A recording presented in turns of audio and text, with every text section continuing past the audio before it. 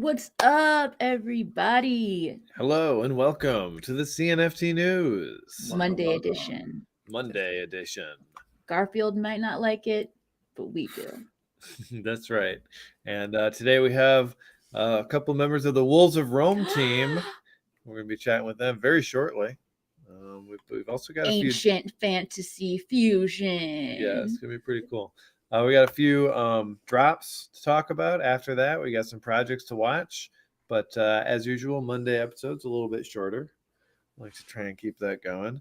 But only an hour and a half. Yeah, maybe. The length of the longest version of other news. A little bit shorter, that's right. But there's not as much happening in that world, let's be honest. There's way more happening in CNFTs than IRL. Guaranteed. All right. So yeah, let's see what we're talking about here. Go ahead. Just a pretty hot thing. A bunch of hot, fresh details about Clay Nation on the CNFT News website. That's right. All the information be there tomorrow for the Twitter space with Charles, with Snoop, with the whole crew. That's going to be historic. Should we start with that? Go up. I mean, we don't have CNFT news today, but yeah, maybe share a little bit of that, and then I think there's some other scam things, including Claymates, that everyone probably knows about. Oh, I don't know about it. Should I talk about it now? Yeah, do it. Sure. So yeah, there's a lot of people getting DMs on Discord. Let me see if I can pull mine up if I didn't delete it. A lot of people getting DMs like this. Oh, let's pop that up. Yes. Oh yeah, I got that. Yeah.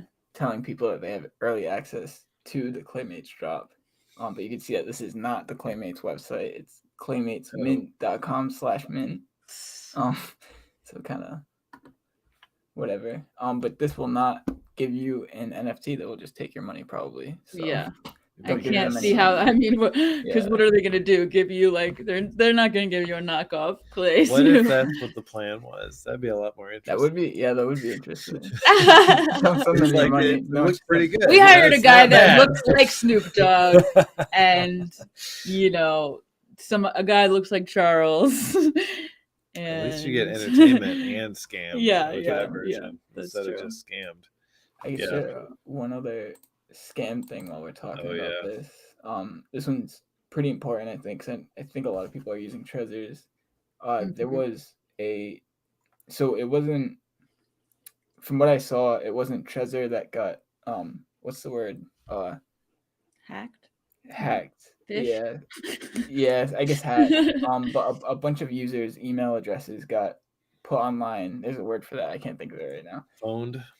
Something like that. But leaked. Couldn't think of it. All these spy words. Yeah. But now scammers are sending emails out to all the people on that list explaining that there was some type of thing that happened with the suite software, which is used for the Trezor, and they're telling people to download a new suite, which is a complete scam. It's taking people's seed phrases. Oh shit! And it's unfortunate because I was on Reddit last night looking at a lot of stuff in regards to this, and a lot of like veterans are getting taken advantage of too, because I mean it looks so legit. Like even their website. It's Trezor, but it's like the E with the dot underneath it. So it's hard to even see. It looks so legit. But, I mean, your brain fills in that dot. You think it's a speck on your fucking computer. True. So everyone should always be careful. Make sure. Yeah, I mean, they gotta. I guess the scammers gotta evolve. They gotta. If we become too good at just like seeing it, then they start to get better at presenting it. Very tricky. Well, good job out there keeping the community safe, Tyler. Trying. Yeah. Everyone just keep your seed phrases safer than anything else. I can't imagine much else in people's lives that they need to keep safer than a seed phrase. I mean, kids and stuff. But whatever. Your seed phrase is a little more important. Just kidding. All right. Yes. Very cool. Good scam awareness. And if I had my soundboard hooked up, I mean, I'd play honestly, an alert. You're gonna. You can imagine you'd probably let someone babysit your kid before you would let them look at your seed phrase. Because the seed phrase babysitting service, that could be a good business move. True. We'll take care of it. We'll be your long-time babysitter and also babysitting your seed phrase. I mean, that's kind of what this is. Yeah. Yeah. Long-term care. So wink. The show, of course, continues to be sponsored by Cardania, and I've got one of when you're here, your family got the red mug here. It's arrived. So if you want one of these bad boys, drinking a fresh cup of radness every morning now.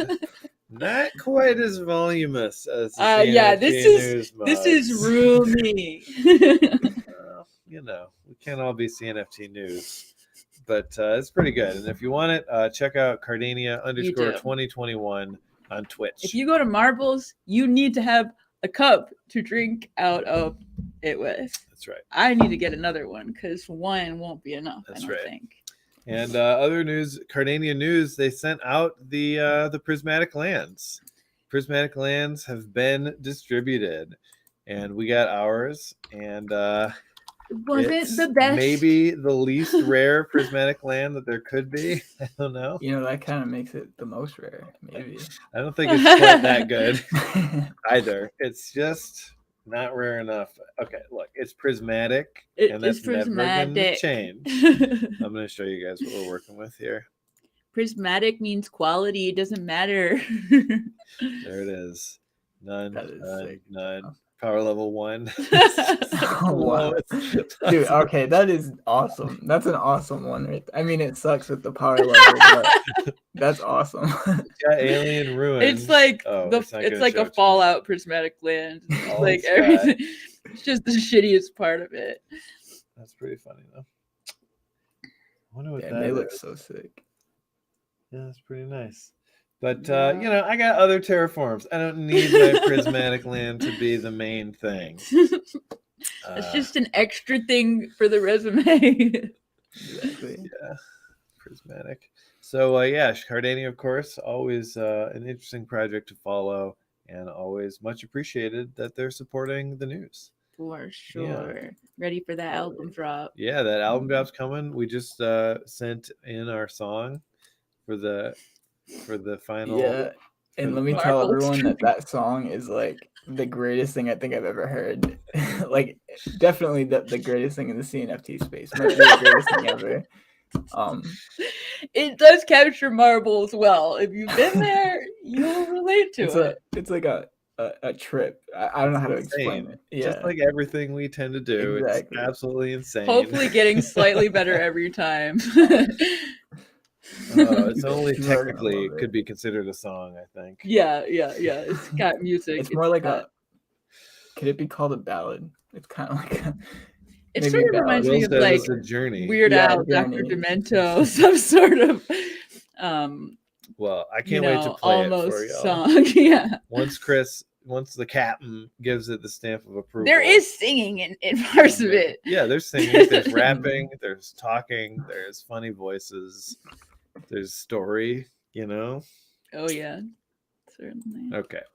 All right. So that's a little Cardania stuff. Why don't we get to our special guest, my friends? I think we're ready for it. Oh, my God. Stella is dressed up as a ringleader because she heard that people that were intimate with Colosseums, that were used to that vibe, she wanted to really announce welcoming them in. So without further ado, let's all welcome our good friends at Rolls of Roll.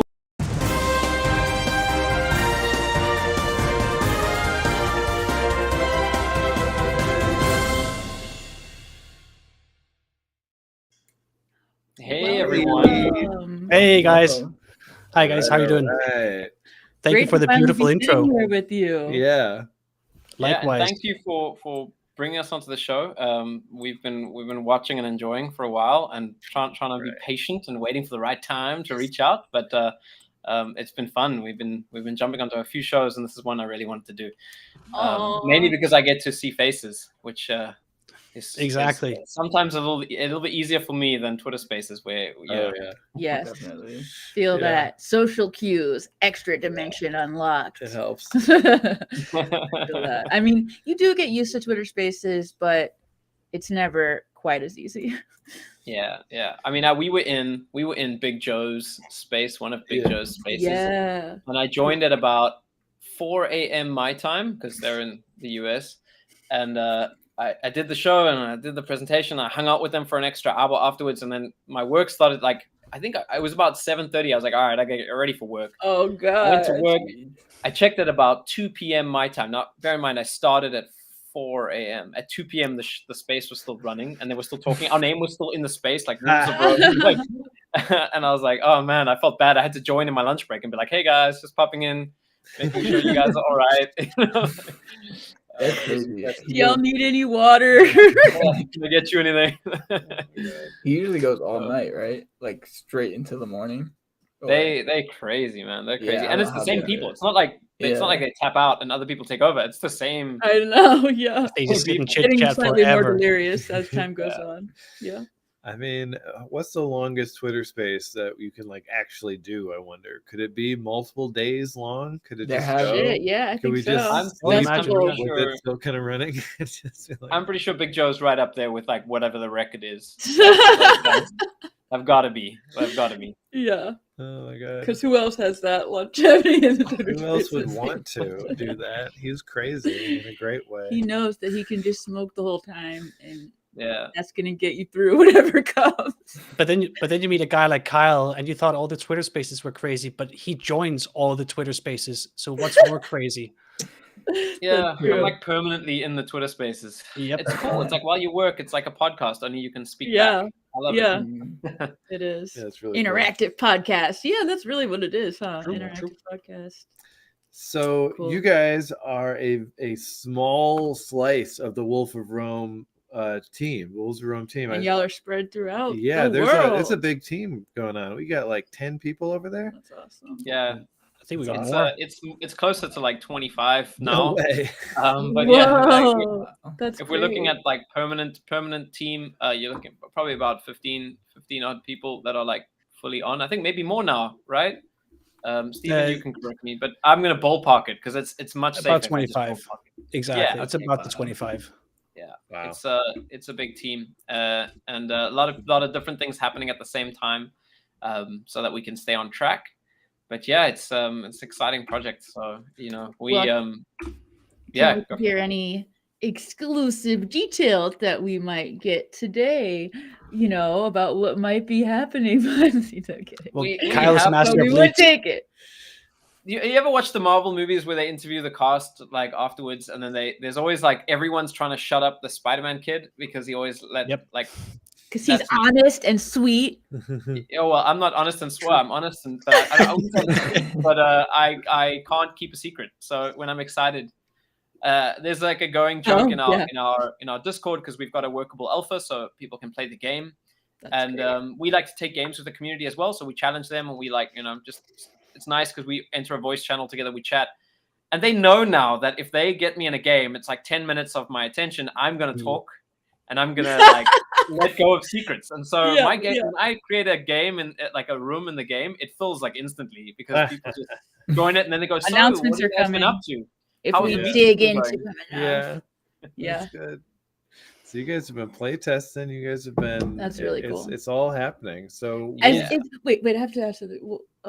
Okay, is it so magical to play test with this group of people versus playtesting pre-CNFT? Are the people that you playtest with nicer? I gotta say that it doesn't feel like we're playtesting. It feels like we're just playing. The Good, game. Like, yes. the There people you have a go. genuine interest. They're not like looking to, send bug. I mean, some of them have been super meticulous with their feedback. For the most part, everyone's just having fun with it, which I think is like kind of exciting because it's for us. It's like an early draft prototype of the game, and I think in last month we did 1,000 games that were logged, So in a space of a month on an alpha prototype with 60 testers, we logged 1,000 games. This month we're probably going to double that. Like I'm hoping so. We kind of keep track. So I think about 200 games were internal, like our team. So that was staff and devs testing, which leaves a good 800, which were community games. So I think the CNFT crowd are cool. They're really supportive for like no reason, which is awesome. They really are. I love that. Yeah, more supportive outside of just like being polite than normal, I could see. Yeah. I think it's a community out of their way to try like make sure that they could help solve problems that we didn't know we had yet. Like that's like, you know, hey, I've done stuff like this, you're gonna need this, and we're like, no, we're good. Oh wait, hold on, maybe let's talk. You know, like right. Yeah. It's a community with a lot of heart. So I think when they stumble upon projects that then also have a lot of heart and, you know, don't shout the same, you know, hype buzzwords that many other projects do, then I think it sticks to them in a different way. And I've certainly been able to feel that in the community members that we have when I go visit other communities. We really have, you know, people that feel like friends now, and not just, you know, people that are there for some kind of monetary gain or shout when NFT. But literally are there for the sake of the game, and it's humbling. It's really, really cool because we enjoy it, but to feel them enjoy it to such an extent as well is amazing. Like we have testers who sit daily in the tester chat and like exchange strategies on how to build the most optimized deck already now, like in an alpha stage of the game. It's crazy. It's really, really cool. Yeah. Sounds like I think that's one thing that I was quite excited by. Is we were quite straight up right off the bat that we are not a play to earn game, we're a play and earn game. And we created like there's a big difference between those two concepts. Sounds very subtle. You know, the ampersand is an and, but for us it's a big deal because we're making a great game first, and we want to respect the player base. We want to make it fair. We want you to be able to earn, but the idea that you can like make a profit, everyone makes a profit, is kind of like lying to people. That a lot of I don't want to say lying. I think it's like just look at a lot of the big games out there. There's a lot of flaws in the idea that everyone walks away with more than, right?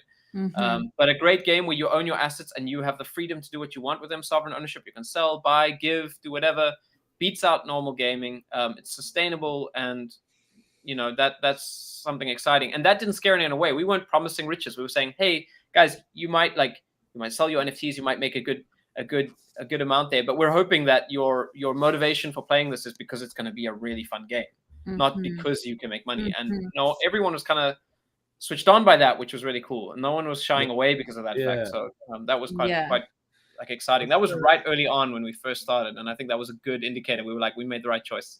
We're on the right chain. Saying that early on is a good.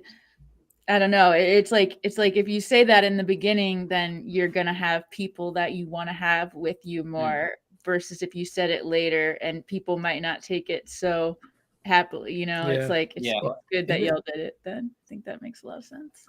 I feel like that's the case for most play to earn games, because in order for someone to earn, like I was explaining it to my brother, who really isn't too brushed up on the NFT stuff yet, but he was like, how do people earn money in the game? And from what I understand, it's like some people are grinding away to like get stuff, and there's other people who don't have that time, so they'll buy stuff off the people who are grinding, and it just creates this like circulation within the community.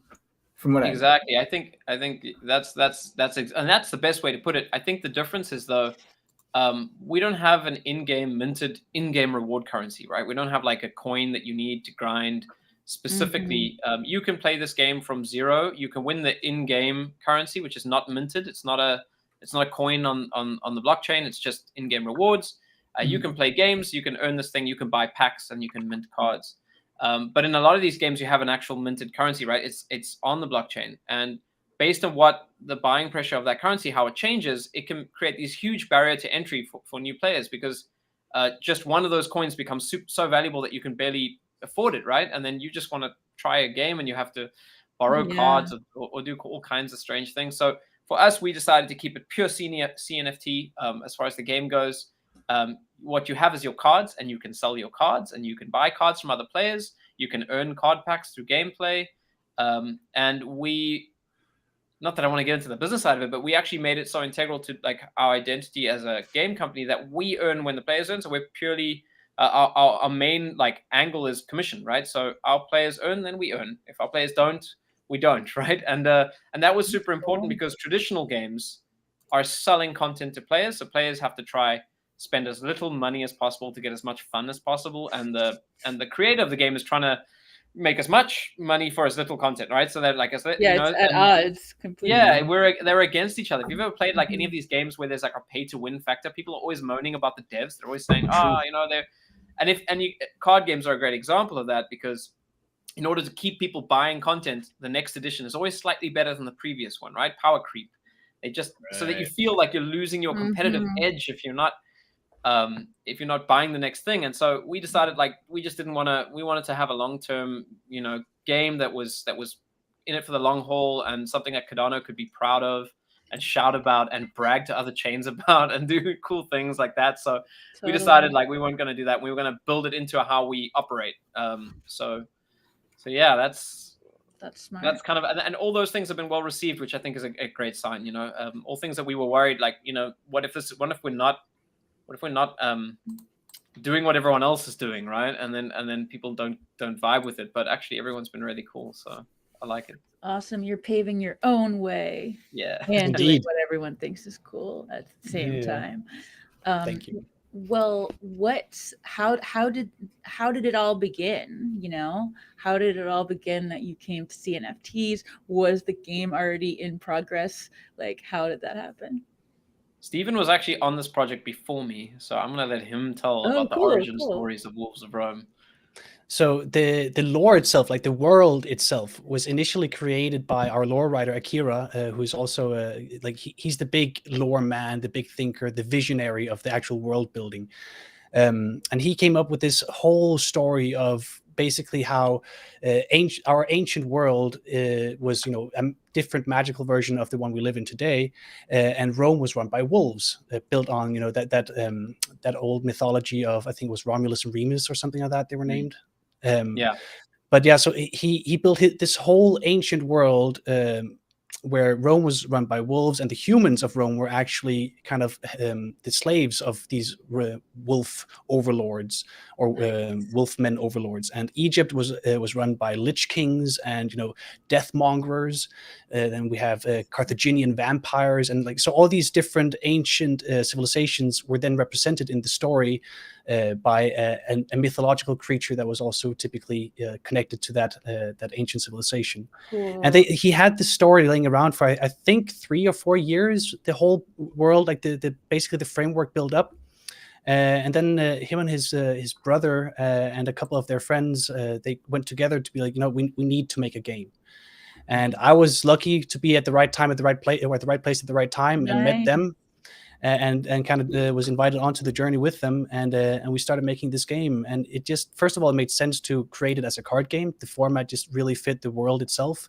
And also, most of us, if not all of us, especially me and Kyle, we love Magic the Gathering and our old, card games. Oh, yeah. So we started working on the game, and I can't remember what was the initial spark for CNFT or for Cardano specific, but I know it was just there from the beginning. We've always had a connection. We actually have had a really close connection with Patrick Tobler as well. That's how I first heard about y'all. Exactly. I was oh shit, we got a game.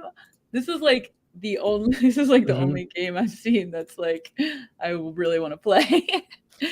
I think it was not one thing that made it Cardano. I think it was just the whole amalgamation of everything, because all of us have been invested in Cardano already. All of us love the community around it, and then we knew Patrick. We have so many different contacts in the network already. It just made sense. And then also, if you look objectively at the blockchain, there are some technicalities where it may not be as strong as maybe some EVM chains, but that will come. The heart and the soul and the future. That's the part that can't just come along. Exactly. Exactly. The tech will come. The tech will come when it comes, and that's also one of the things I love about Cardano, is that they approach it with such rigor. What do you call that? Carefulness. Rigor. Yeah, rigor, and they really think everything through. Thoroughness, exactly. Oh. I like that word. Meticulosity. That sounds like a business word. Also, I think it's important that because we're a card trading game, practically, gas fees are super important. Oh God, consider. yes. And I'm just trying to imagine our game and our business model on No, Ethereum. thank And I'm just like, you. yeah. So yeah, so Exactly. I think there's you know, this project for me was the thing that stood out for me the best was so like Steven said, we come from Magic the Gathering. We're super nerds, right? Like I'm proud. It's a new time. I can say that. No one's gonna bust in here. I know you really had to worry in the past. Yeah. But yeah, so I love it. I love the art. I love the story, the lore. I love strategy of the game. I love collecting, like getting my sets, 4 of this, 4 of that. I loved watching the value of the cards. You know, that's everything. All the boxes that I loved about physical collectibles in Magic the Gathering, all those boxes were ticked by this game. And so then I had a chat with someone in my circle who was super anti NFTs and you know, like, this stuff is just nonsense. And I like told them about this game, and I told them that, like, oh yeah, it's also on the blockchain. It's an NFT game. And they were like, okay, but that's an exception. Like it makes sense then. And I was like, no, hear me out. Now that you've understood like a use case, now I can introduce him to a bunch of other use cases. Look at this project. Look what they're doing with utility. And he's like, this is starting to make sense. It was a really good like bridge to like cards are physical, and everything you can do with a physical card, you can now do with a digital card. And ironically, I went into one of the, I wasn't trying to shill, I promise. I think it's more like the Magic the Gathering, Magic Arena spaces, and somehow someone was talking about like crypto games, and someone was saying like NFTs are a scam, and I was like, whoa, how are NFTs a scam? And he was like, well, you know, it's just a scam. And I said, all right. Okay, I don't understand it. It's a scam. Yeah, so I just spelled it out like this. I kind of left the room after this. I had like a mic drop moment where I was like, in your game, you spend money for content, which you kind of own, but you can't give away, and you can't trade, and you can't sell. So when you leave the game, you just kind of like leave, and then it's like it never happened. You can do whatever you want with what you own. And I was like, yeah, we're the scam. Okay. Just like left the room. It was, that's a really good illustration. Actually, like when people who didn't understand NFTs start to understand it through a use case, that means that use case has some real value, and it set a tone. I think early on we realized that we didn't want to just make a cool game, and we didn't want to just be on Cardano, but we wanted to be part of the story of bringing people to Cardano. And so we wanted to create a game that had a really low barrier to entry, was easy to understand, that you didn't have to know everything about Cardano. You didn't have to know everything about the blockchain. You could just play the game. We could lure you in, you know, like we could sneak you in. And then you start to wonder, what is this minting thing that everyone's talking about? Or how are you selling your card? I can't sell my card. And they're like, yeah, you just see that mint button there. Yeah, okay, there we go. So you can get server cards. You can play with server cards. You don't have to go on chain, but you're missing out. I mean, how are you going to build a deck? We don't sell as an entity, as the game creator. We don't sell individual cards. So to build a strategic deck, to get the specific cards you want, you're incentivized to purchase from other players because they have excess, or they have a card they don't need, and you have a need for that card, so you would buy it for your deck. But if you're not on chain, you can't do that. And so we start to make it really make sense quite quickly for people, which I'm quite passionate about. We're going to build a whole bunch of like extra materials between myself and Steven to onboard people into the space and make it easy. That's what we need. Yeah, that's huge. Exactly. But yeah, no. So just to touch on that, we specifically go with what we call the choose to mint system. Basically, we don't, like Kyle said, we really are not going to force anyone to use NFTs from the get-go. And I think that is a very important mechanism for, you know, first of all, keeping the barrier of entry low, because that way there is no initial minting costs associated with the cards. You get a pack, you don't need to mint it. You just have it as a server-side deck or cards, and you can play with them, and you don't have to be, you know, blockchain savvy in any way. But there will be a button that says mint, and there will be a link to a tutorial that will teach you how to set up a browser wallet. They'll teach you also a little bit of FAQ about NFTs and how you can go to a marketplace and trade back and forth. But specifically to reach those regular gamers, we are just going to make a great game, and then the utility is basically just that utility. Yeah, that's really cool that you can actually see if you like it first, and because it's like, what's the point? I mean, yeah, you're only going to bring people in that have a lot of money to throw around and already know things, you know. True. Like, look at Axie Infinity. You know, it became such a problem a couple of months ago or half a year ago that they the highest entry cost was about $1,000 at the max peak at some point to get an Axie. And then they came out with, or maybe this is some years now because COVID has my time schedule messed up, the calendar. But a couple of years ago, they then came out with the sponsor program, and I found it to be such a dystopian product, because like they sold it as a good thing, where they were like, hey, you can now, as a person that doesn't have enough funds to start playing the Axie game, you can still play because someone else is going to lend you their Axies. But what in reality it meant was that the fortunate were going to still make money off of the Axies that they owned. And the less fortunate were now grinding away, a full 37 or 40-hour work week to earn technically still maybe more than they would have earned in the respective country, which is good.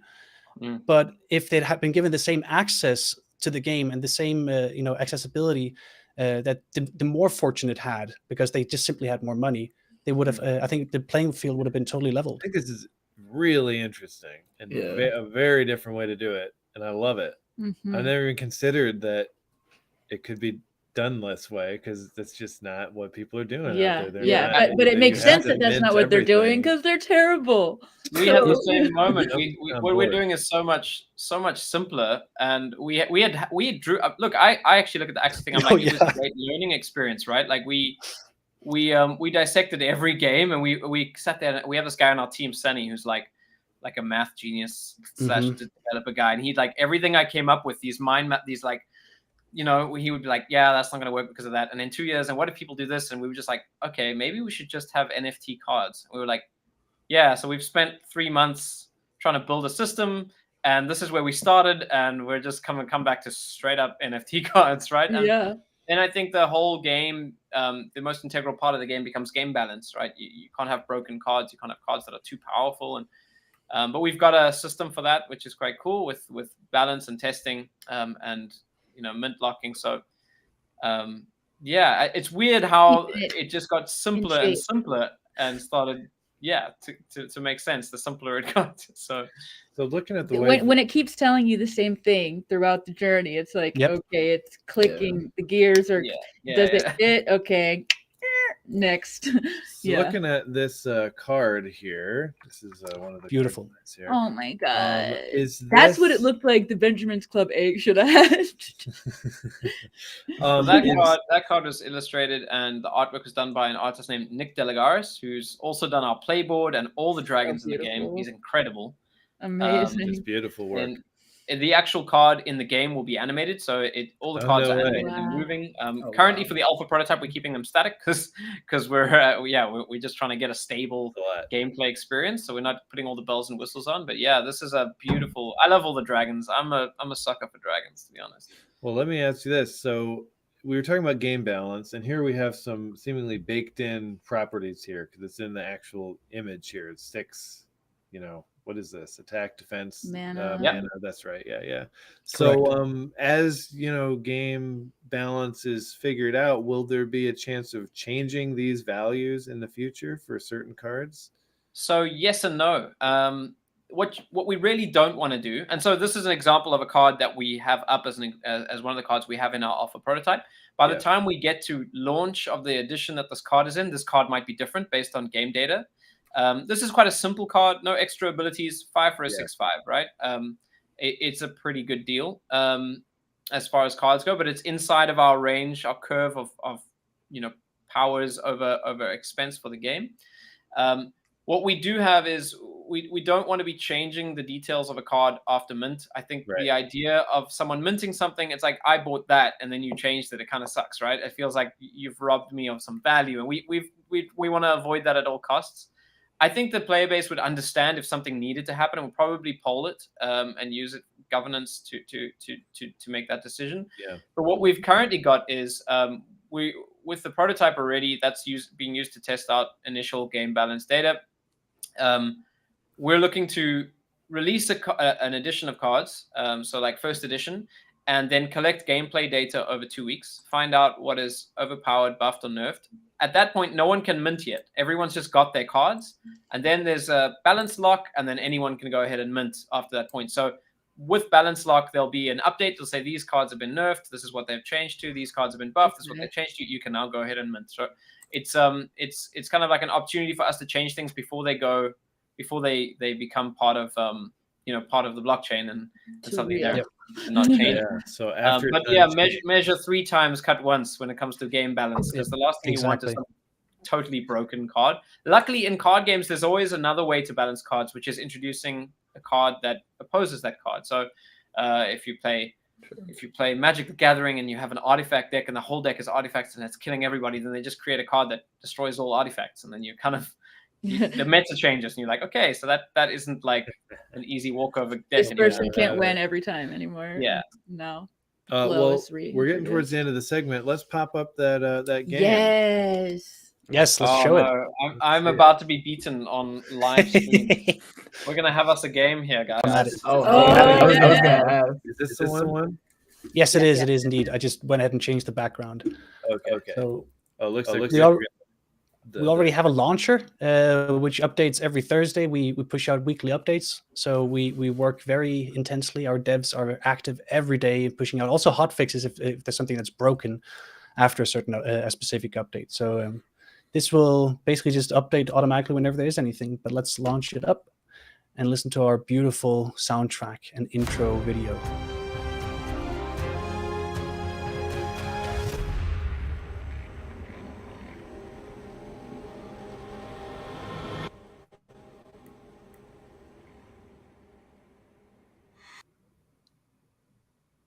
And we arrive at the main menu.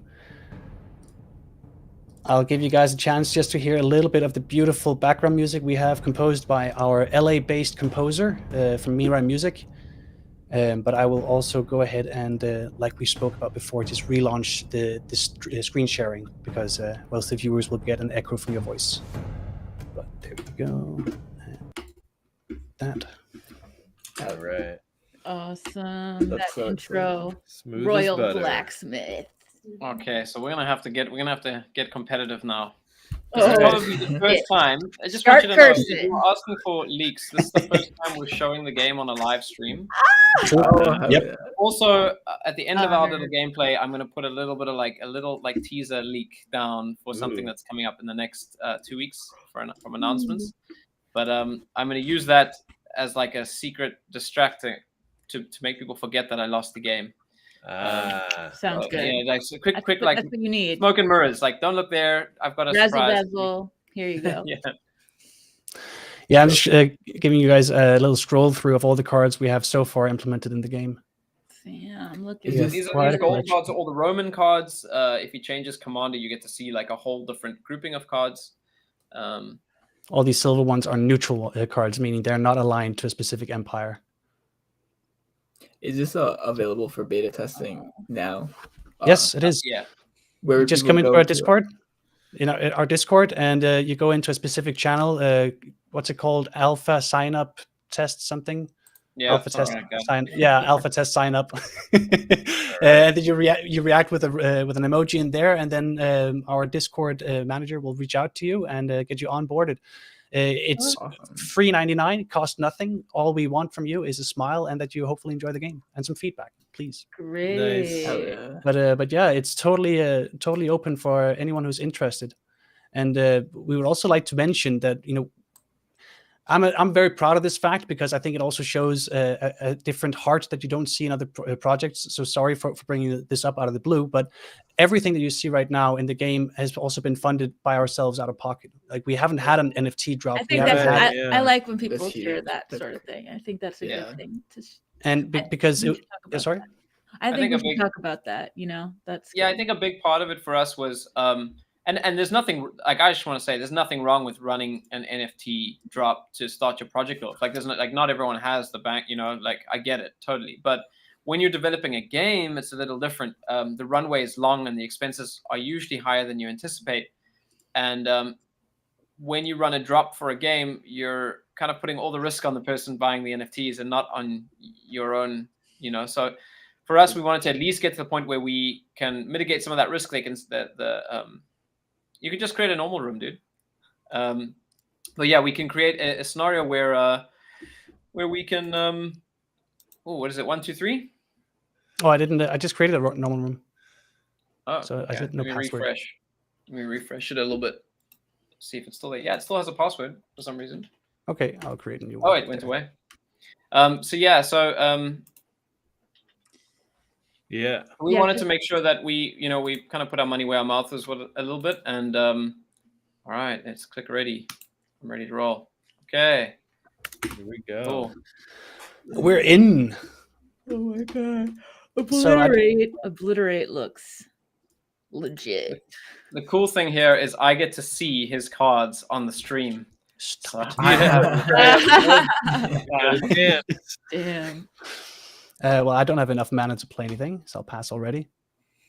Oh, I hate you. So he's playing a specific commander that summons a bird unit, cockatoo, whenever he summons another unit. So his play style is, rush, swarm the playboard, Zerg, literally. Swarm situation. Exactly. Yeah. I just played the game Inscription, and it was so good, and I really liked the swarming in that game. Effective. I also like swarm decks, but I'm playing Zenobia, which is the commander of my deck, and she summons these 3 aristocrats, which are actually a nuisance to me. So they can't neither attack nor block, so I have to use spells to get rid of them, but then they summon a stronger unit once I'm rid of all of them.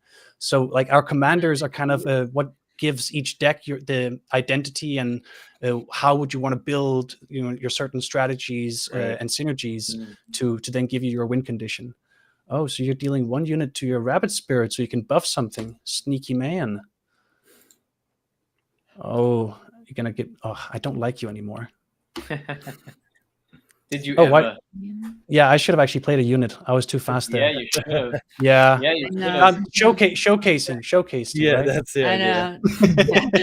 I've sent a bunch of attackers through, and since he has no blockers, because the cards that he has can't block, I deal the damage right to his health and get the party started really on this. Oh, don't. Please be kind. Oh, ouch. Well, I will play a unit now.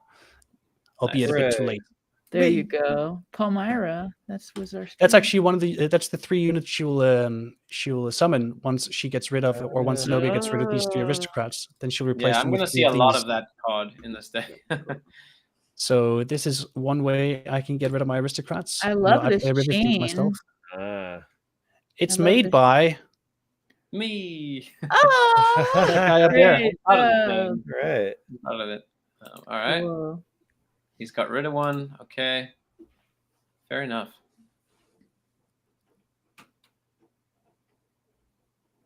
What you gonna do, man? What you gonna do? I want to do that. Oh God, your huge fox is huge. Look how cute it is, though. Just look how cute that little fox is. Come on. You can't attack a fox that cute. No, he's got a bird flying. My deck is filled with like cute things. I don't have like big scary werewolves. I have cute little birds and foxes, but they still kick butt. So I wouldn't have attacked usually on this turn, but let's just give them some action, so we don't sit idly by. Bloodshed in the Coliseum. Exactly. This is actually what I would have done, but Kyle wouldn't understand my strategy. So this is big brain play. Okay. Big talk on the live feed, yeah. It's big brain strategy. We're trying to tone it down. It gets so competitive in a really friendly way, but we're actually, because it's so like everyone's like announcing their win streaks. We're building it into the alpha, even though it's not super important for testing right now. Is like your win-loss ratio and your like who you beat, so that people can start sharing it on social and challenge each other and call out. Yeah, I challenge. Cool. Well, we can't spend too much longer. I don't want to take up the whole show with gameplay. I don't think we'll have time to beat each other into submission. But yeah, how long is an average game? About 10 minutes, but there are different game modes. So we had a fun little thing for the community where we, over the course of this past weekend, we introduced like a rush game mode. And what that was pretty much you start with like full mana and like 20 cards or 10 cards in your hand, and the game goes really fast. Like the game's already short because you don't have to do the whole build-up thing. You're just attacking each other instantly. So that game mode. So there's different game modes. You could have a flash game which lasts like 5 minutes, and these are important because people who don't have a ton of time might want to play a different type of game mode, right? Definitely. Gotta have variable. Yeah. times. Yeah. I just want to get one more big attack in. I'm just, oh no. I let him everybody. and this is where the tide turns now. And her artwork also changes. So this is where we should wrap up our game while I'm still ahead, and we don't get to see the end of this one. I see. Yes. So I'm gonna block that one there, and there. All right. I only get to do 2 damage this turn. That's not cool. But I thought I'd throw in that little last thing as we finish up. Yeah, let's see. So what we're doing is we obviously, for the reasons discussed, we can't release cards right now. That wouldn't make sense. So what we are doing is we're working with some of the artists from the artwork done in this. A lot of the art done here was originally sculpted as a 3D model, and then to get the composition, and then they would paint from that reference. And one of the guys does really good 3D stuff. And so after seeing that, we decided we should definitely speak to him about putting together a version of kind of like artwork that we could release as an NFT, like a utility NFT. So we've got 6 drops that we're planning, 1 for each empire in the game. So you get the Roman Empire, which is the wolves, werewolves. You get Carthage, which is the vampires. You've got the Liches of Egypt, which are like the undead pharaohs, the barbarians of the north. And so each of these will get their own drop. And we're looking at about 1,111 NFTs. They're going to be like Roman busts, 3D Roman busts, heads of like heroes, starting off with wolves for the Roman one. And if you purchase one of these NFTs, you'll be whitelisted into the next drop after it. And these things will provide a ton of different utility. They'll have crossover utility with other partner projects. They'll have redeemables on game launch. So when you launch the game and you sync the game to your wallet, it picks up that you're a holder of one of these NFTs, and it'll give you a bunch of founders packs and edition ones. Founders packs are like super rare, never to be repeated, crystalline border cards. And then edition ones, just to get you started, you get a bunch of cards to get the game rolling. They're random. A card pack is completely random, so you don't know what you're going to get. It's the fun of like opening up a pack. And so that's something we're doing in the meantime, because we realized right now our community, we're really wanting something to own. Like they really wanted to have something of ours right now. Like they're just like, this is cool. We can play the game. It's fun, but what can we do? What can we buy? How can we support? I want to be invested. Hold? Yeah. And so we decided that's something that we wanted to do. And we're excited. So yeah, I think that's what's coming next. And that is I just saw the second draft of the 3D wolf bust today from the artist, and it's looking really cool. It is. So all the wearing different armor. There are going to be a lot of Roman versions. There's probably going to be a couple pop culture references, different, maybe there'll be some lightsabers in there. Maybe there'll be like some strange stuff, they'll just be like random outside of our universe, because the universe inside of gameplay is quite serious. We don't mess with that, but doing a utility drop with wolves, we can have fun with that, right? We can do some crossover project stuff and just make people smile a bit with those, some pop culture references and some jokes. And yeah, essentially we'll also have something called the ultimate collector status. If someone owns one of these from each drop, so 6 total, one from each empire, they'll get ultimate collector status. They'll have a little nameplate in the game. They'll be recognized as an ultimate collector. And they'll have a couple of like a couple of buffs. Like they'll be able to access empire tournaments, which other people have to grind for. They'll just be able to enter the tournaments while they're holding those 6. So it makes those things quite special to be part of, and just a way to say thank you to our, the people that got in. Like I say, a game dev timeline's like a year, 8 months. We're like 8 months away from launching an actual game. So we got to thank these people for jumping in and sticking with us for such a long period of time. And this is how we thought it was best to do it. So that's great. Yeah, I'm super excited for this. Before I got into the CNFT space, I got into Gods Unchained, which is sort of similar to this, and like it's finally like here on Cardano, which is super exciting. Only it's werewolves and vampires. And like zombie, I don't know, it's so rockstar for me. I love it.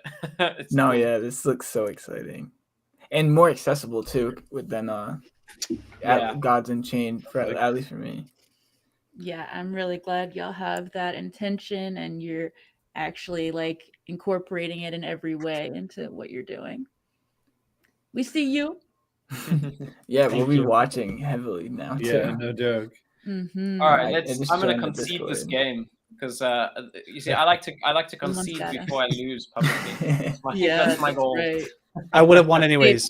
Let it be known that I well, when are the first drops looking like for this? So the first Empire drop will be the Wolves of Rome. We're looking at in the next 2 months because we've got to render like 1,000 3D permutations all with different items. So there's going to be a lot of those.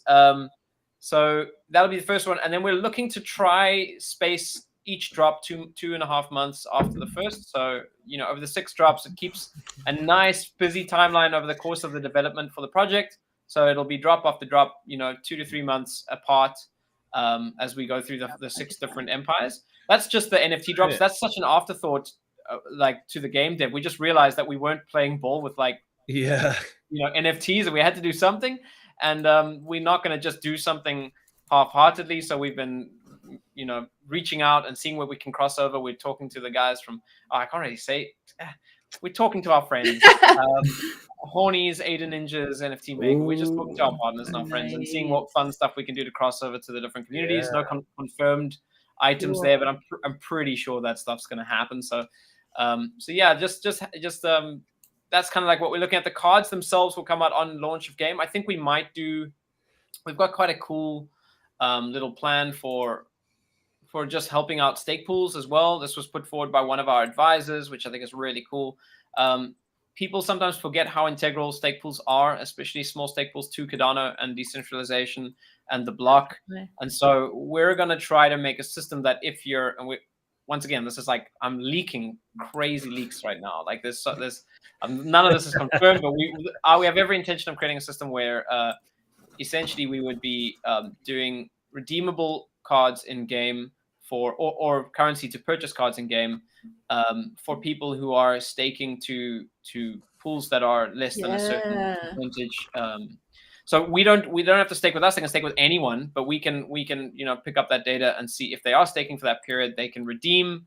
I feel like the stake pool operators would appreciate that, and probably people would be interested to come check out the game. Like, oh, so apparently I get some stuff. What do I do? I sync my wallet. Okay. Oh, nice. I just got a bunch of cards. What do I do with these? How do I make this, what do I, so we're thinking about a way to do that. Obviously, to keep it fair for the players that might not have a lot of ADA to stake. We want to make sure that we don't overdo it, but definitely want to incentivize and do our part for the community as well. So doing some cool stuff there as well.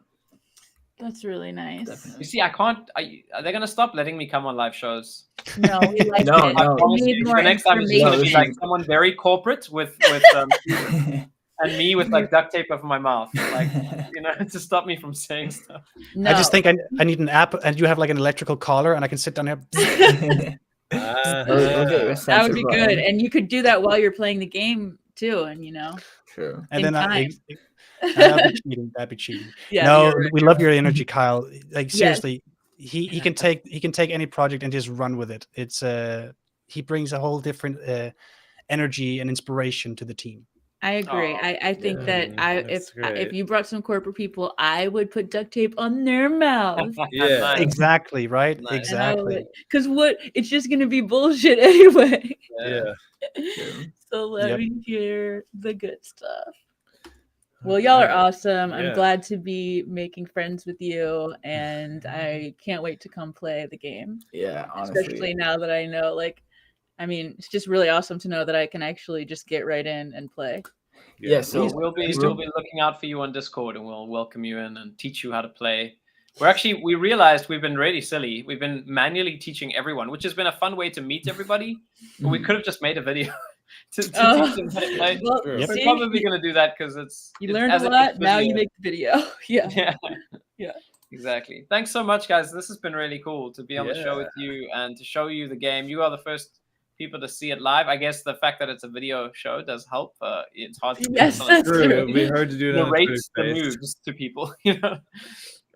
It's definitely even more magical when you see that beautiful intro and you can see all that art all in the game, and then you know that it's going to be animated later. Yeah, that's huge. I love that. Yep. Really We're going for a full AAA look and high def, top quality animation, sound effects, all that stuff. Think AAA title. That's what we're going for. Right. Triple one alpha last question. Wolves. really far out, though. Tyler? Hit us, Tyler. Are you guys planning a mobile game? This Yes. seems perfect for a mobile game. Yes. Oh, you're right. I didn't will want to be. say yes because I didn't want to be the one to give it up. Now, Stephen, You've already done enough, Kyle. I will leak Right this now- one. Yes, it is. Yeah. Oh yeah. Right now, That's the awesome. Elf is playable on both PC and Mac, but the real game, the actual game, is definitely going to be built for mobile. You'll still be able to play it on PC and Mac, but our core focus will be on mobile because that's where the people are, right? For sure. Yeah. You won't be able to just do makes wallet sense. interactions on mobile. The server will be able to query your wallet and load in your cards, but you won't be able to transact with your wallet on mobile. But that doesn't really matter. You can play the game, and that's what matters. So. All right. And maybe you can in the future. Yeah, Exactly. Yeah, exactly. You never know. You We're can betting do on your it. We're trades betting on it. and then play on your phone. All right, y'all. But stability is name of the game. So. Legit. Thank you for coming Great, on and Kyle sharing and so Steven. much. Yes. More than you were Can't supposed wait to. for these drops. Can't wait for them. Lightsabers, maybe. I can't wait. But I love to a get pop accepted. culture reference, so Yeah. I will flip out if I pull something with a pop culture reference. Yeah. That's a little pop into rare, our right? Discord. Are those a little rare, the pop culture ones? Yeah, well, I think Looks all of rare. them are going to be pretty rare anyway, just because they're Yeah. so limited. But yeah, there are going to be some. They're going to be closer to the more rare, the more off beaten path, the rarer the NFT is going to be there. So yeah. Totes. Makes sense. Cool. All right, y'all. Well, this is have it. a wonderful We've done it. week. Nice to start off Thank our week you. with you. Yeah. Thank you. Thank guys. you. much, You guys. too. Appreciate it. And so- Have a wonderful one. Cheers, guys. Bye. cheers, everyone. Bye-bye. See you guys. All right. You guys should also get into the alpha testing thing so you can play on the Yes. This Oh seems my really god. cool. I can send you guys a Sounds link really after the fun. show. Wolves of Rome server already. Yeah, I think the channel's actually Join locked out the now. test. Join alpha test. Okay. I think they're waiting on the dev to come back. All right. Oh wait, how'd you do that? Why can't I do that? I just copied it and I pasted it. You know, the wolf face. Okay, so for those of you wondering what the hell we're actually doing here, There let me we just go. show you. Yeah. So I just face. popped up a little wolf face in there to Say that signify my interest in joining that I'm part of the alpha pack. test. That's right. So we'll see if they bring me in. Oh, I got a reaction. There you go. That's a green from heart. Kyle. It might be. Who knows? I All saw right, their cool. screen names before. So we got some news. You know, we got some other things to talk As about always. here. You know, there's usually something going on. One thing I could show you is well, actually, you know, we should go into our segment. We've got it all planned out. All right, we are doing Drop It Like It's Hot next. Here we go. Just like Snoop Dogg. Da-da-da-da.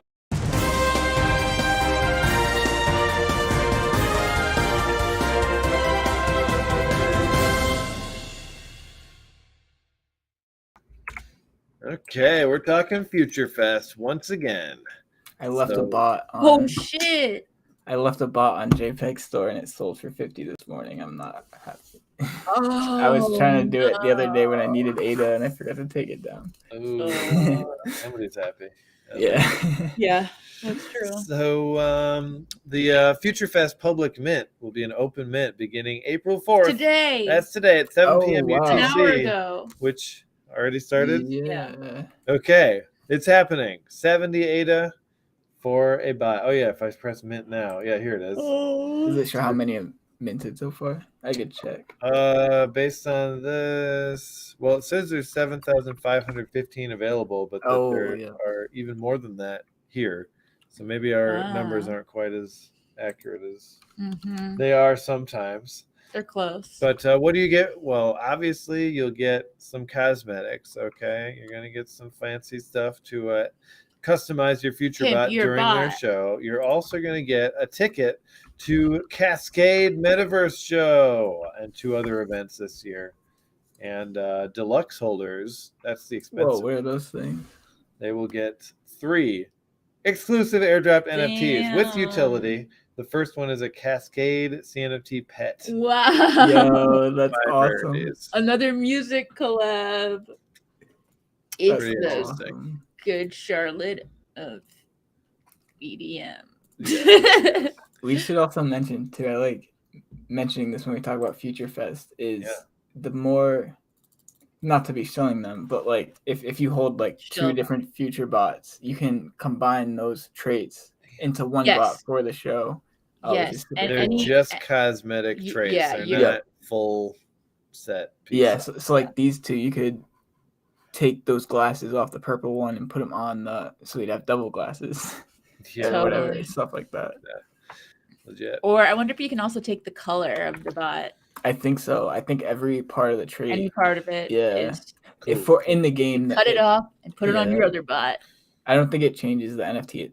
It doesn't change the NFT. Did you have that capability at your Rodrigo factory? Did you ever, chop off their parts for other Rodrigo parts? Yeah. Well, yes, actually. I have done. I've done a few Frankensteinian Let's go out to Monsters Club.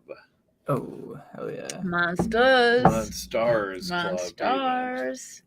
So Monstars Club is a collection of NFTs by NoM9 Studio, a design and illustration firm with 10 plus years of experience that has worked with Nikes and Adidas and Nickelodeon designing the logo for the Rise of the Teenage Mutant Ninja Turtles, another NFT project. The project takes inspiration from Japanese folklore and their yokai monster stories. The NFTs are hand-illustrated, high-quality 3D cards with over 250 attributes. And basically the lore is it's a journey following a team of explorers that are in search of ancient creatures. The first group arrives at Honshu Island and finds the first Monstars hidden in the Totori sand dunes. At the same time, the second group finds Monstars around the volcano boulders of Mount Ahasi. I believe Jishan Walker went there, and I think he found some too. Probably. And after capturing a couple of specimens and extracting their DNA in a cruel way, they took notes and photographs of each Monstar. The project's plan is to release and build an interactive experience where you can trade your Monstars and develop their special abilities, playing with other members of the club. There are several releases planned for each of the 8 different prides rooted in famous areas in Japan. The events in the future include the Monstar DNA Evolution, where you can create a new species using your existing Monstars. Well, 45 ADA, 555 Monstars from Dune Pride, and 555 from Lava Pride. So 1110 and 45 ADA. I like that. It's that price is on the edge of what I like to pay, but 45 is still good. 45. Yeah. Diliat's got some stuff coming out. My boy. Yeah, I love my boy. Cool. I have to talk to him. I miss him. He's such we should get him on the show.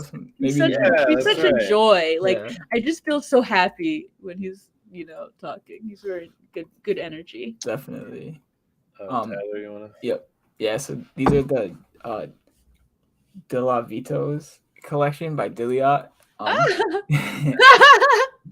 So this is a small collection of 10 pieces. He's calling De La Vitos. I believe I'm saying that right. And inspired by Jay-Z's song "Hola Jovitos." Great. So you can see the description on the website. Yeah. Hola. All right. Hola. Yeah. And Tyler discovered Diliat. Just gonna say. Artano. Council kind of discovered him, and I really found a liking for his work. So yeah, to me you did, but we'll go with that. You're too humble. I just want to give him credit. Yeah, that's true. You're right. But yes, but yes, so these are dropping for $250 each. So the way Diliat does it is it's typically the dollar amount. So it's just the ADA price can change depending on the price of ADA. And like we said, there's 10 of these total, but only 7 left. And you will be part of the Diliat Club if you buy one. Yeah, right. And, he's really like good with his community. Yeah, he really is. Yeah, very, always interacting. Definitely. We were actually talking this morning. I think he's gonna try to get all of his pieces onto JPEG store, which will be cool. Oh, good. So I know right now, I don't even know if they're straight up buy them instead of having to contact him. Well, I think he wants to continue the contacting him thing just because he likes talking with people. I think he should. Yeah. I think it's Um, special. But you were saying, like, verify them? Yep, because right now I think what he's gonna try to do is have them all, because like he has like these little collections, but they'll all be in one page. Hopefully, he's trying to do so. That'll be good. That'd be cool. Another drop just like happening extra right now marketing is Oddbot. Yeah, this one. Yes! I love this bad boy. Oh my god! Look how good. I have a live. Yeah, I have a sweet spot for. I did get one.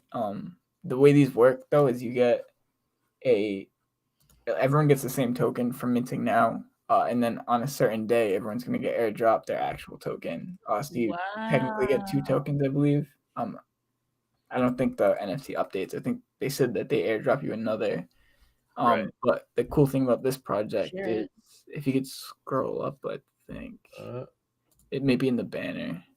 Yeah, so they're all 1-of-1s. Yeah, that's the thing. I have such a sweet spot for these types of projects where like every piece is like actually unique. They each have a soul. It's not one soul shared.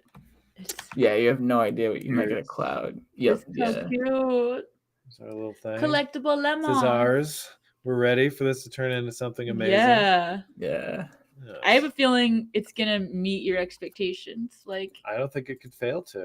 Yeah. I mean, I saw the banner. Anything up there, great. Same. Yeah.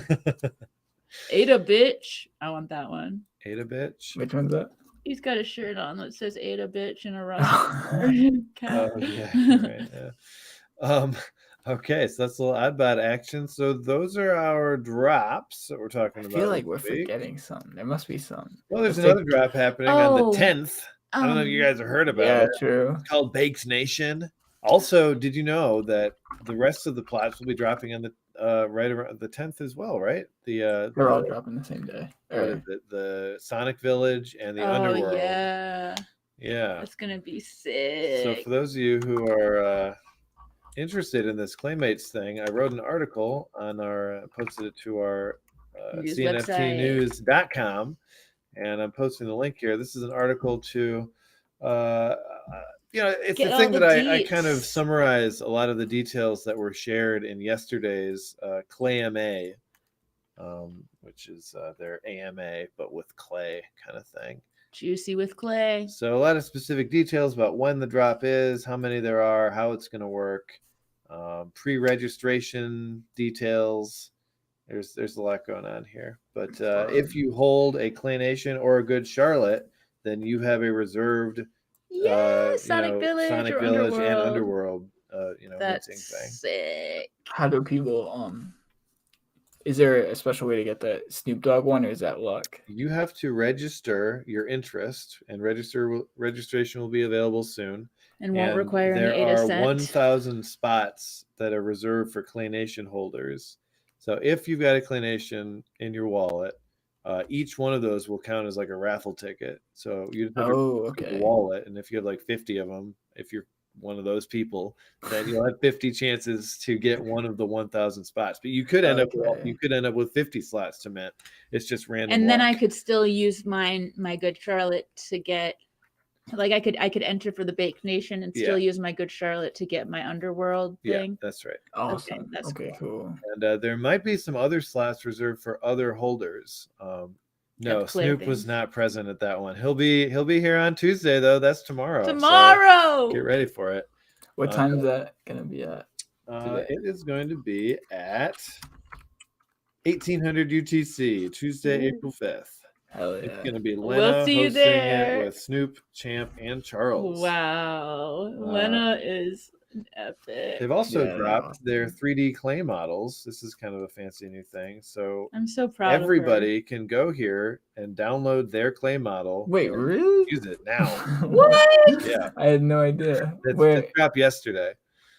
So cnholders.com, and you register your wallet, and then you can do get clay and get molded. And the Good Charlotte World is an underground goth cave system.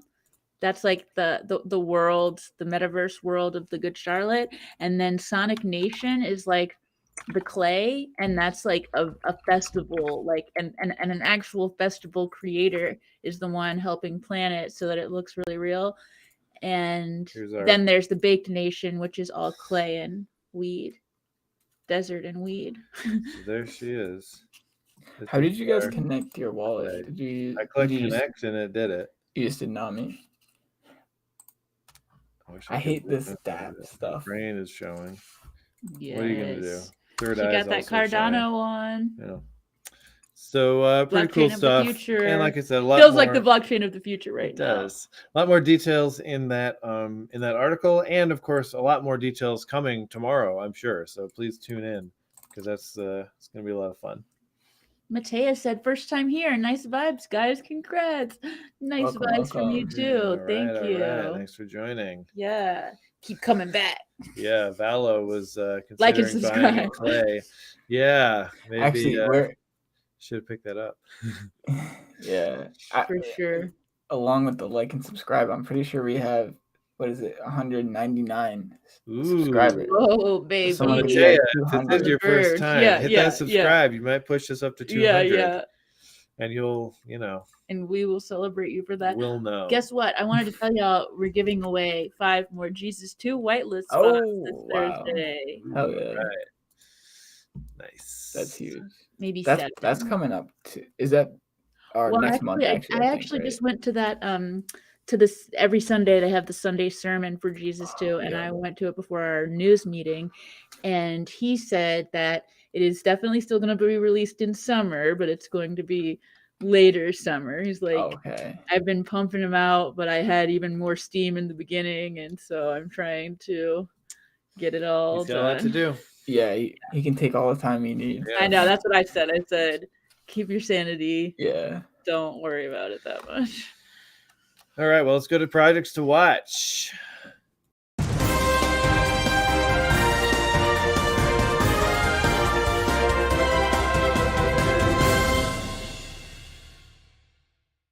I really liked having a game on today, like I really like to play a game with y'all. It just cool. It adds another dimension that looks fun. Speaking of games, we've got a project to watch. Yeah, it's almost time for our first play testing. We're going to be talking about Facility 7. You know it. Hell yeah. So this is happening. We've got our fancy new collab list here that we're very excited to show off. We've got a lot of awesome folks. Got the Sharpie out. Who are involved in this project, and we're loving it. And we've also started to show off some of these agent declassification. We're declassifying some of our agent artwork here. So we're going to be declassifying. We're thinking like one every day, probably for at least the weekdays. And we're going to start having and go for probably the whole month. We can fill the whole month with declassified artwork. A continuous choose your own adventure sort of thing that's happening at the same time. We're going to do some Twitter polls to do a choose your own adventure kind of story that we'll do the next step of. Yeah. And it's a whole campaign. We're creating the map pretty soon here. Working on the map for the world map of playtest. We're going to be going to a bunch of different places. With each playtest will be a new facility that will blow up more and more. Each do. And each facility on the map will have a different custom rule that makes it a little bit different to play the game there than anywhere else. And that's to encourage people to make their own rules for this game, because you can. Well, totally make your own rules to a certain extent. To any extent, you can't break it. You can't. I promise. Just go crazy.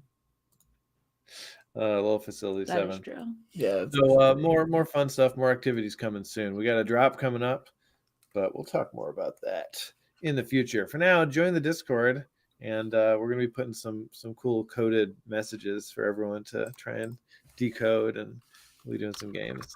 Get some real treasure hunting going. Exactly, treasure hunt style. But another project to watch here. This one is called Growing Pains. And this is one that we'd like to wonder who got those physical items. Oh my god. All right, here we go.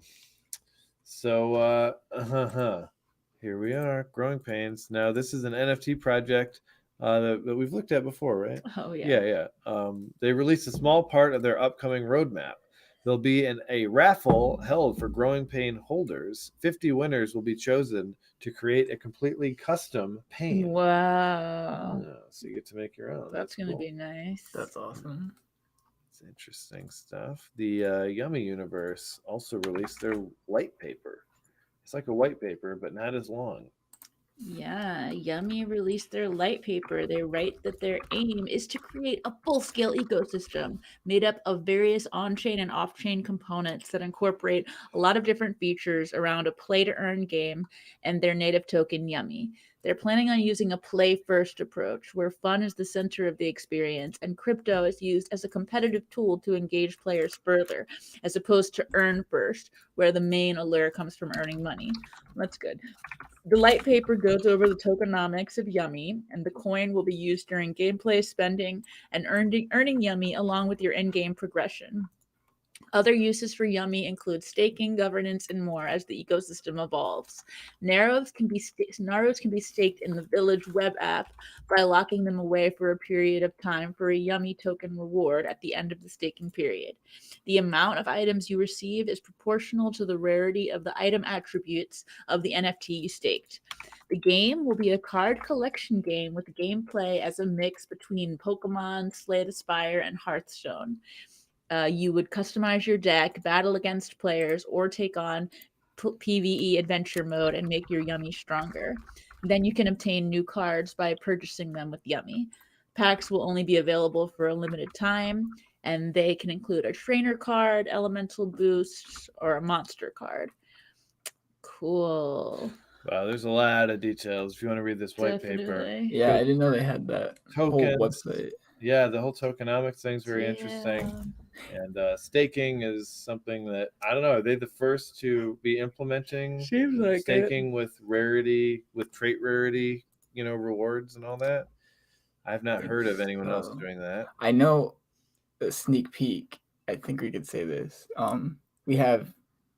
There's another project doing it that we're going to have on soon. Maybe I won't say it because I don't know how. Okay. So I know it's in the air. I've heard of people doing it, but I've never seen anything quite this far along out there.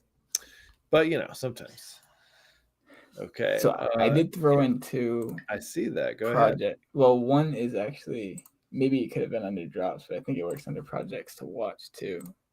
Am I streaming? I forget. I don't have a million. I will pop it up. Oh, awesome. So Stellarhood actually has this whole store open up on his website now. For those who don't know, Stellarhood has been working with what is it? Crow. Oh no. What's the he's working on a game with this other project. I can't I just completely blanked on the name. I can't remember either. It's not a good time for my mind. It starts with a C, I think. Anyway, it's badass. I mean, I know I'm putting the image in front of me right now, but I'm not going to get the name. That's all right. But he has this whole store open on Cardano. Yes, Cardano. Yep. No, that was Will. I just. Yeah, Will's got it. Will thank you, is, Will. Yes. We forgot to do our daily thank you, Will. That's right. Oh, yeah. You reminded us. Exactly. Great. By being damn efficient.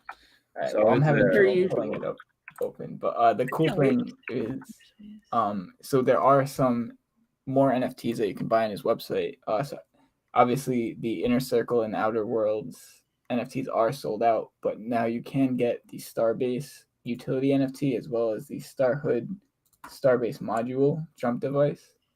And I believe these will be assets you can use in the game. And it's pretty cool how this website works because you add what you want to your cart and then you check out all at once. So like this morning, I didn't have one. I thankfully won one of these in marbles. Yes. Oh my God, that was amazing. But so I picked up one of these today, and they have these Journey to the Stars, the first edition of their ebook. I haven't read through it yet. Ebook looks red. I can't wait to read it. Yeah, the cover looks beautiful. one cool thing about this that I haven't seen is while you're minting, you can have an option to put a dedicated message within the NFT itself. So whatever you type here will be minted within the NFT. So for instance, this takes place in 2184. So for mine, I wrote only 21 years after 2140. Actually, did I mess up that number? Anyway, that's awesome. I might have messed up the number. Well, you know, the thought was there. Yeah, the thought is there. More of an art than a science. Yeah.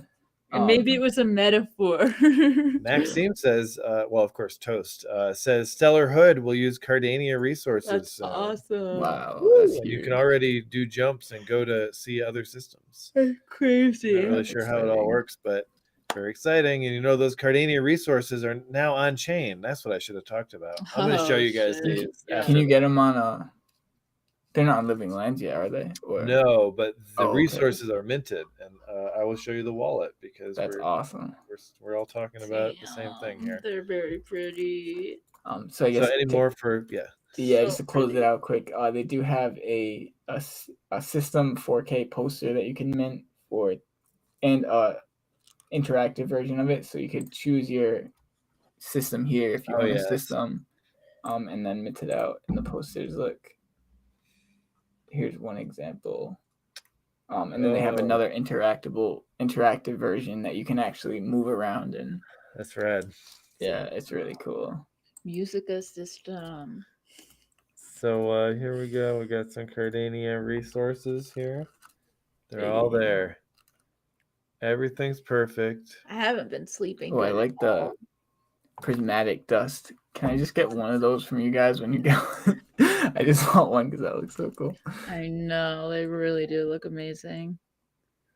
Just kidding. I don't know how rare those are gonna be. So quantum dark energy. This is what comes out of the prismatic lands. Oh, okay. Damn. That's awesome. Incredibly powerful and often dangerous energy harvested from near the summoning pool, an ancient technological wonder that powers the Cardania megastructure. Yeah. Which is a lot more flowery and exciting language than they have for, say, coconuts. Those coconuts look sick. I was looking at those. Delicious and nutritious. Stay palm. I have a dumb Cardania question. Oh. But I hear it all the time, but I don't know if I understand it 100%. But the summoning pool, what is that where you spawn? Or that's what spawns monsters. But anything can come out of there. A wrapping entity, as you may have heard from that song. So yeah, the summoning pool is like a random kind monsters can come out of there. It's like a chaos realm. It's like the warp, you know. Shit comes out of there and goes crazy, and you know, people still really want to live right next to the summoning pool for some reason. Don't go there. Don't swim in it. Yeah, that's the only specific. Chris will have to put up signs. Yeah. Don't swim in the summoning pool. So yes, good. I'm glad that we got to show that off because there's really cool stuff in there. And you know what? For anyone who wants to poke around in this wallet and see the Cardania resources, there's a link right there. This is I'm not showing you anything too secret. This is everything. Now there are, let's see. I don't think there's anything else. Yeah, cool. Cardania. What about Artano? So this is gonna be a quick one. I don't have any images or anything to show, but we did confirm a lot of the projects that will be participating in the event. I think you guys might know one of them. Yeah, I heard that Never Engine has been invited. I heard that too. That's good. We applied about 1 year ago, so I'm glad that it finally. Things take so long. I know. Just because of the curation. It was literally about a year ago. As soon as we saw Artano, I know Artano was one of the first people we saw. So yeah. We wrote our first it helped us a lot later. Artist profile. Yeah, profile of ourselves for that implication. That's funny. But I can talk about some of the other ones that are coming. Oh, that sounds spicy. So these aren't all of them yet. These are just the ones that have confirmed. But we have Ugly Bros, Fort Never Engine, Sushi Bites, Happy Hoppers, Lucky Planet, Hype, Yummy, Dolphins, and Angel Baby Hit Squad. Some OGs and a few new school. And a possibility from Aeon if they have the time. I think I could say that. But we like that. Nice. We got to figure out what we're going to put up for that. If I could be a peer of Aeon. I wonder if we could do some Facility 7-esque, some sort of themed thing. Oh, for that would be cool, and then somehow maybe make it like integrated with the game, maybe. Like super rare. You have that one. You can the cool thing with this game is we could make custom cards for anyone, and if it's a 1 of 1, then we'll mail you a card for the game. Yeah, I mean, no problem to go with it. That sounds cool. Figure it out. Maybe. Yeah, let's do a brainstorm of that tonight because I've been thinking about that Arcana stuff. Cool. Yeah. Good. Voodoo Brigada. I agree. Wait. Wait, did we hear all of the people? Yeah, that was all the confirmed ones right now. Cool. Okay, here we go. Voodoo Brigada released a trailer for their 2022 Black Magic fashion show. Black Magic will be their second collection. And that was their quick little teaser, but let's see if there's some more we can show off here. Oh, wow. They're setting up for the fashion show here. That's pretty cool. That's really cool. I love how this whole community uses Blender. You know, like Blender is like usually niche in like 3D modeling stuff. Yeah, I'm surprised. I gotta learn how to do shit. I think it's rad AF. Well, it makes sense that this community. Yeah, definitely. Especially because it's free. It's easy to get when it's That's free. very true. That's a big draw. Ooh, there it is. Hey man, we're about the working class in Cardano. We can't be paying hundreds of dollars for some shit. Hundreds. Some of them are crazy. Yeah. Programmers. That's pretty wild. That's awesome. Wow, look at that trot. Yeah, right? Damn, that's a Sparkle thick monster. Oh, she got static clothes? Because they're anti-gravity particles. It's a Cardania resource. Damn, that's rad. That is. Oh, they're bubbles. They're just bubbles. That's cool. All right. So cool. So that continues to go. Very interesting. And we got a couple more here. Wow. OBA CNFT. Okay. So here we're talking about a CNFT project that is a manga-based storytelling project. So I'm going to pop up some of their artwork here. All right. So the collection is made up of characters that will be part of a small manga, which has been years in the making. Throughout the story, many themes will be explored. There'll be action, mystery, romance, and more. The first few chapters have already been created and can be claimed by OBA holders as an NFT. That's pretty interesting. So it's a story about a hero who deals with some heartbreak and becomes a fighter. Complete. Does he in the end? Well, he's trying to become whole again. Tries to become whole again, becomes an ultimate fighter, and has to complete several trials in order to become a revered fighter, and makes friends along the way. It happens on a mysterious island. There's a vast desert expanse involved, governed by the gatekeeper, and there are 3 tenets to this style of life here. 1, love is conditional. Interesting. That's a sad one. I feel about that. 2, every man has a price. Damn. And 3, there's no universal truth. These are some interesting, sort of cynical, interesting tenets. You know, I can see that being a fighting way. Yes. So very cool. Check that one out. They've got some great artwork. Oh, I wanted to show you some of the art. Here we go. So here's an example of one of the character arts. Nope, not that. Wait, it says, oh, is this example? This is like a page. Mm-hmm. It's the same link as the other link that I have. So I guess this is what we got. Okay. Well, check it out. OBA CNFT. Damn. And follow up with the Tavern Squad. Our friends. Yeah, we had them on for a great episode. Yeah, they were Let's awesome. see how they're doing. So Tavern Squad released version 1 of the White Scroll. You can find details about dungeon raids, which is still in early development, and you can send your adventurers on raids. The dungeon system has different levels of difficulty, enemies, and rewards. Every adventurer will have their own strengths based on their traits. Raids will display what enemies are going to be encountered and what they're weak against. You use this info to choose an effective team of adventurers for each raid. The percentage chance of success depends on the strength of the adventurers, the enemy's weaknesses, and the depth level you're at. You'll be able to see the raid's chance of success before starting. Interesting. Completing raids awards dungeon knowledge points, even on failure, but fewer points will be gained, and other rewards. Leveling up your dungeon knowledge will grant access to raids in the lower depths of the dungeon. To enter a raid, you send your adventurer to a smart contract, and once the raid is completed, your adventure and rewards get sent to you automatically. Damn, eventually your adventurers will need support to battle the challenges of the dungeon, and you will need companions. That's awesome. All right. So this is a whole new era, a whole new chapter in the Tavern Squad story. Yeah. Very cool. That sounds fun. You get to know your chance of success and everything. And that takes us to the end of the news. It was an hour and a half, just like we promised. And getting good on those Mondays. Some more stuff to squeeze. Well, there are two things. Definitely one thing. Stellar cards are now verified on JPEG Store. So if you have one, go over there. If you want to flex it. I can't imagine you'd want to sell it. That's the main the floor.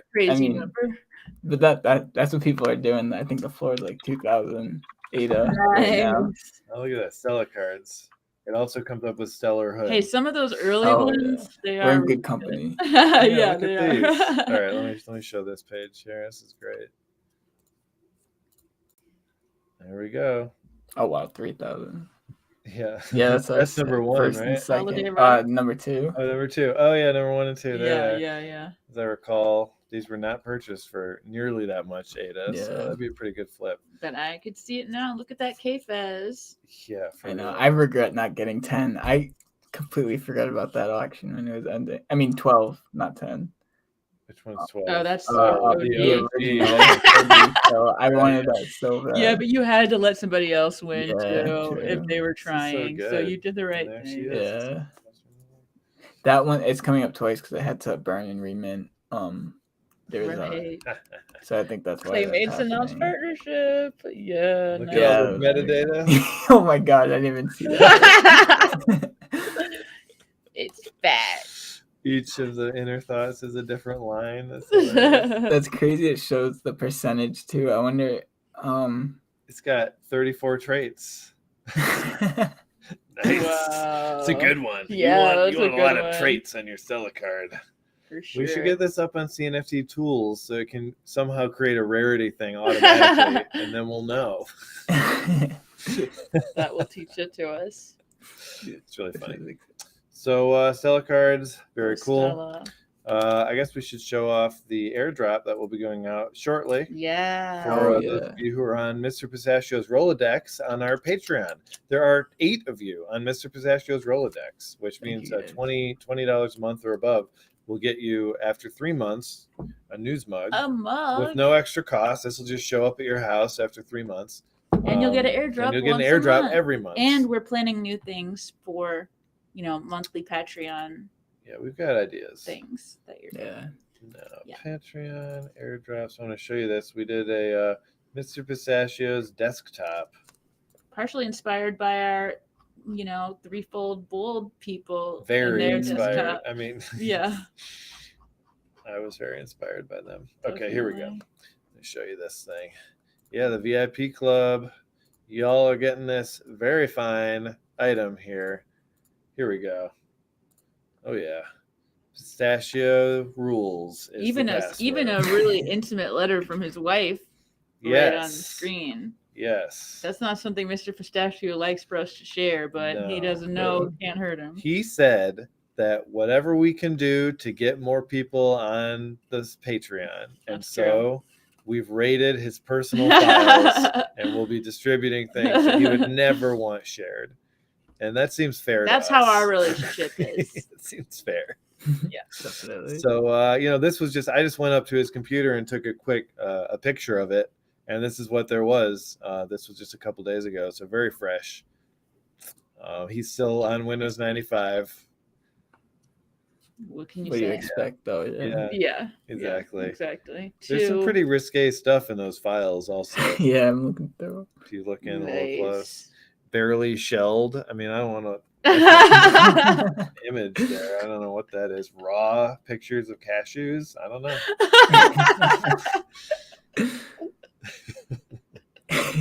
Awesome. He's a freak. Tis. Yeah, He's highly immoral, also. No wonder he thinks NFT is something freaky. Yeah, True. that's projection. That is totally. The P in pistachio stands for projection. True. Yeah. Okay, y'all. I'm having a hard time. We have to wrap it up. It's over, people. Glad that you came, but you have to go. It's You don't have to go home. But you can't stay here. So yes, this brings us to the end of the show. We will have do you have a Twitter space tomorrow? No. Taking a week off. Balanced living. We just did tomorrow. a clay That's part of the balance extravaganza. Part. It's not happening tomorrow. Okay. Yeah. But Wednesday we will have our standard News, water cooler chat. And I think it's getting more water cooly. Yeah. It doesn't have to be about NFTs either. We can just talk about, life and whatever's happening. Feelings do you have? I'm going to get on there. I'm going to tell you about how I've been shoveling snow lately, because I had to really moved up from a place where it was 70 degrees during the winter, and now I'm shoveling snow. It's different. How much do you guys have? Well, it keeps coming down, but it keeps melting. So it keeps melting. Yeah. It does it again. I shovel it, and then it melts. It's a little trick that that likes to play on me. Anyways, we're going to talk about all sorts of inane stuff like that, soon. but also other cool stuff. Because we'll be chatting about the Twitter space that with Charles tomorrow and Snoop and everyone. So sure, that'll be a lot of fun. So that's happening on Wednesday. Yeah. On that note, too, we should show the Real Talk Twitter space that happens every Tuesday with Cinnabon, David King, and K-Dev, because that's honestly probably, besides our Twitter spaces, that's my favorite Twitter space. I totally feel that. Real talk. Yeah. And I'm sure it's going to be very spicy conversations, because that'll be after the Snoop Dogg. You're going to need a cinnamon bun to cool down. Yeah. I was looking at a really nice post for him today. This Thursday, though, we have a really big show. We have Cardano Thor coming on, that's a big one. And Plasto as well. Yep. So it'll be awesome, off the blockchain. Always dropping really sick interviews all the time. Steady. I mean, we can't help it. It comes as naturally as breathing for us at the news team. Mm-hmm. We could flex a little bit out further too. We have some very cool ones coming. That's right, we do. Oh, yeah. Who's next? So on Monday, we have Phoenix Arena and our good friend Shart. That's gonna be a lot of fun. Attack. Yeah. And then on the 14th, so next Thursday, we're having Cardania and Trading Tent, two amazing projects. Very cool. And we should be able to talk Dead about Rabbit Resurrection Society. Coming up next Monday, yeah. And we should be able to talk with the captain of Cardania Land about that album drop. In theory, it should drop before we have him on the 14th. Oh, really? That's as I understand it, the current plan. But we'll see. I can't wait. Cool stuff, guys. We got a lot of fun stuff coming up. And if you want to get involved, check out our Patreon. It's just down below. You don't have to give us $20 a month. You can contribute to Dougie's allowance and just give us $1. Okay. Every little bit helps. I think you'll still be eligible for Patreon only giveaways, which we should be starting soon, even if you do a lower amount than 20. Yes, currently it's 12 and above for a Stella Stan, but we're always futzing with it. And 20 or above for the airdrop every month. Yeah. All right, y'all. For the CNFT news, I'm Scott Chestnut. I'm Summer Horsegrave. And I'm with Spaces.